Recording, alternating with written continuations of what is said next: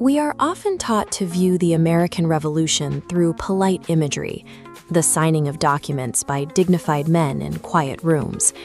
The gritty reality was a bloody civil war that divided families and turned neighbors into enemies. Documentary filmmaker Ken Burns suggests that to understand our modern values, every generation must confront this violent truth. History isn't a museum piece. It's a difficult, recurring conversation with our past. That record has a global reach. In 1945, Ho Chi Minh declared Vietnamese independence by quoting Thomas Jefferson's Enlightenment ideals. Once these documents are public, the record belongs to the world. Now, that record is the subject of an emergency lawsuit. The American Historical Association is suing to stop the current administration from authorizing the destruction of presidential papers. A new DOJ memo claims the president has a unilateral right to treat public papers as his own personal property. This legal shield would effectively allow the administration to discard the official history of its time in office. We are watching the active destruction of the people's papers. When officials can legally erase the evidence of their decisions, history is sanitized in real time. The unredacted Jeffrey Epstein files function as a map of foreign intelligence operations, documenting specific and persistent ties to the Russian FSB. Svetlana Pogodieva, Epstein's gatekeeper for over a decade, had a father who held senior security positions inside the Russian government. In her own emails, she referenced her family's past with the successor to the KGB. Bank records discovered by Senator Ron Wyden show a massive financial pivot. After Epstein's 2008 conviction, more than $200 million flowed from his accounts and companies directly into Russia. Despite these findings, the Justice Department is resisting the Epstein Files Transparency Act.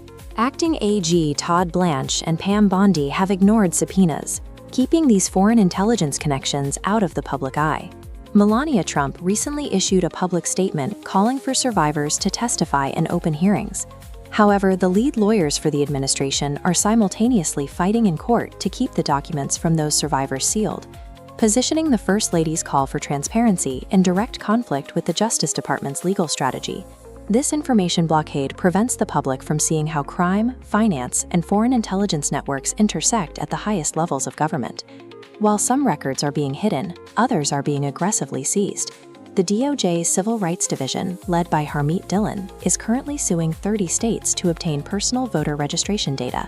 Fringe election deniers like Kurt Olson and Cleta Mitchell are now using the Department of Justice to build a national citizenship database, centralizing the private data of millions of Americans. This data map shows the workflow.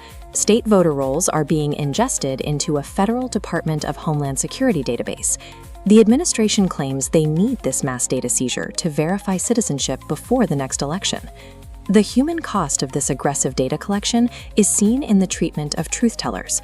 The DOJ is now pursuing a retaliatory investigation into Cassidy Hutchinson, utilizing the weight of a federal probe to silence a primary witness.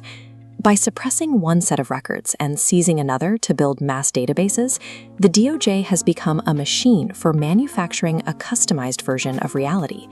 The battle for democracy is ultimately a battle for the historical record.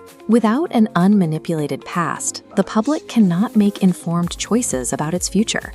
The only defense against a sanitized history is the relentless pursuit of the paper trail, through FOIA requests, lawsuits by historians, and independent reporting that refuses to let the evidence be buried.